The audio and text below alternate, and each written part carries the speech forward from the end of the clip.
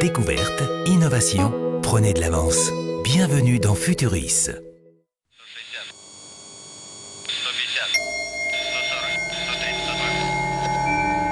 Décembre 2006, sur un vol d'entraînement dans la région de Moscou, soudain, l'avion décroche. L'élève a fait une erreur qui a provoqué un décrochage très important de l'avion. L'appareil est parti en vrille et a commencé à plonger. J'ai eu besoin de toute mon expérience pour retrouver le contrôle de l'avion.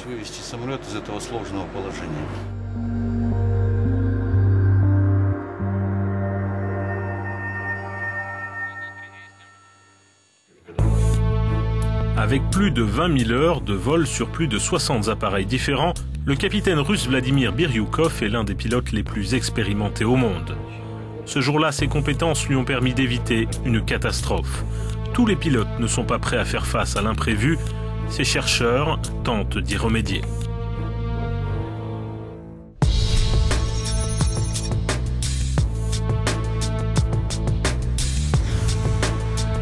Nous sommes dans un institut de recherche aux Pays-Bas. Des chercheurs européens mettent ici au point le simulateur de vol ultime.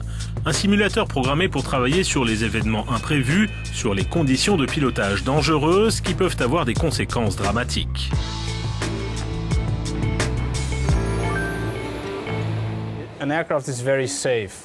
Les avions sont très sûrs, il faut le rappeler.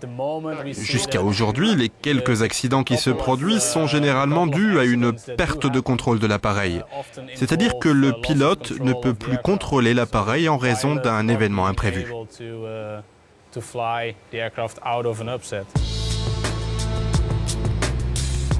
Extrêmement rares, ces événements perturbateurs peuvent avoir un grand nombre de raisons et peuvent être tous maîtrisés.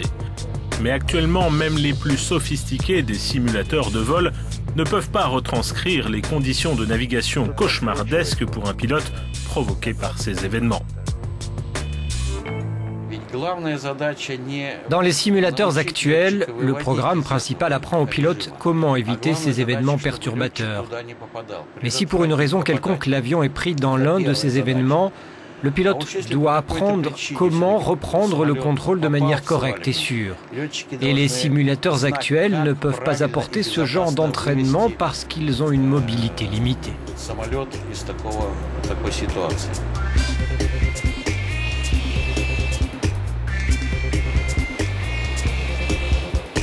Plus de 3 années de calculs mathématiques complexes ont permis aux chercheurs de simuler de manière précise et réaliste de tels scénarios, notamment les décrochages.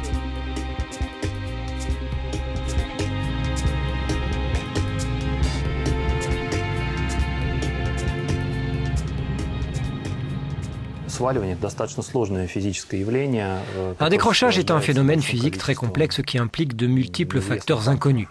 Mais nous savons que c'est un phénomène physique. Sous certains angles d'attaque, le flux d'air rompt et la portance de l'avion commence à diminuer. Selon ce que nous comprenons, nous avons développé des modèles mathématiques qui permettent de recréer ces effets de manière plus ou moins précise. Et aujourd'hui, les chercheurs testent l'un de ces modèles en augmentant petit à petit le sérieux de l'incident. Petit à petit, les paramètres empirent, les angles deviennent plus raides, la vitesse s'accélère, les turbulences s'intensifient, la perte de contrôle guette. Les capacités nécessaires à la stabilisation du simulateur sont de plus en plus pointues. Ce genre de scénario dépend beaucoup du type d'avion. Il y a par exemple les décrochages symétriques, les ailes sont parfaitement symétriques et pourtant l'avion pique du nez. L'avion perd de la portance et commence à descendre. Le pilote corrige le problème en diminuant l'angle d'attaque pour rétablir l'appareil.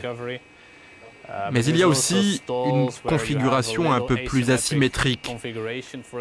Par exemple, quand une aile décroche, et si une aile décroche avant l'autre, l'appareil fait un mouvement de rotation vers le haut. Puis le nez pique, le pilote doit faire une manœuvre de rétablissement, mais les décrochages nécessitent beaucoup de force d'accélération pendant les manœuvres.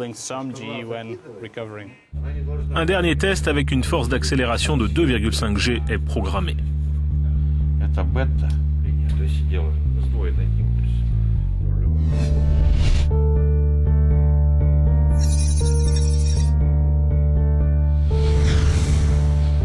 Des recherches complémentaires cruciales ont été effectuées quelque temps auparavant près de Moscou, dans un centre de recherche aéronautique unique en son genre.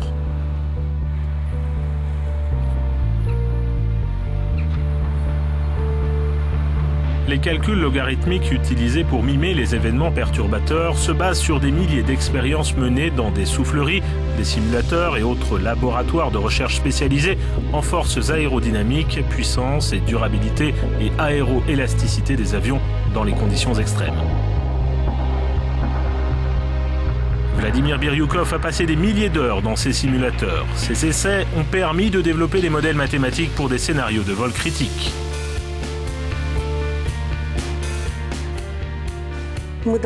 Ces scénarios ont fourni des informations fiables. Par exemple, il faut prendre en compte l'influence des forces d'accélération sur la perception du pilote, ou la manière dont le pilote ressent les angles de vitesse, ou comment s'exprime une force d'accélération linéaire.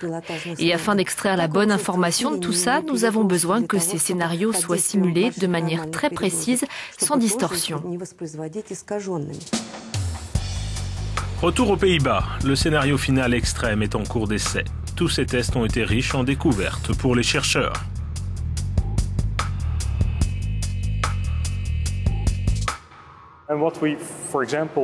Nous avons par exemple découvert qu'un pilote qui a peu ou pas d'expérience des forces d'accélération dans un véritable avion, ce pilote sera dépassé par ces forces quand il en fera l'expérience. Si vous demandez au pilote d'aller à 2G, il sera peut-être un peu trop prudent et n'ira qu'à 1,5 G, ce qui serait insuffisant pour une manœuvre de rétablissement dans une situation dangereuse. Après des heures épuisantes de simulation, Vladimir Biryukov se dit satisfait des résultats préliminaires. Il y a encore quelques problèmes liés à ce que l'on appelle la force de Coriolis, l'effet provoqué sur le cerveau des pilotes par l'accélération. Ce n'est pas encore assez réaliste. Il faut résoudre ce problème d'une manière ou d'une autre. Mais en tout cas, je dois dire que les simulateurs comme celui-ci sont très prometteurs.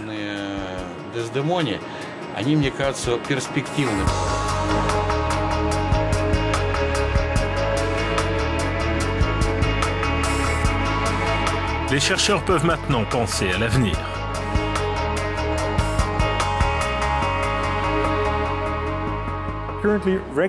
Actuellement, les régulateurs préparent des lois qui obligeront les pilotes de ligne commerciale de s'entraîner à ces situations difficiles. Et quand ce sera le cas, je pense que ce genre d'entraînement pourra être mené sur les simulateurs de vol déjà existants. Nous pourrons mettre à jour ces simulateurs pour qu'ils puissent reproduire les événements perturbateurs de manière correcte.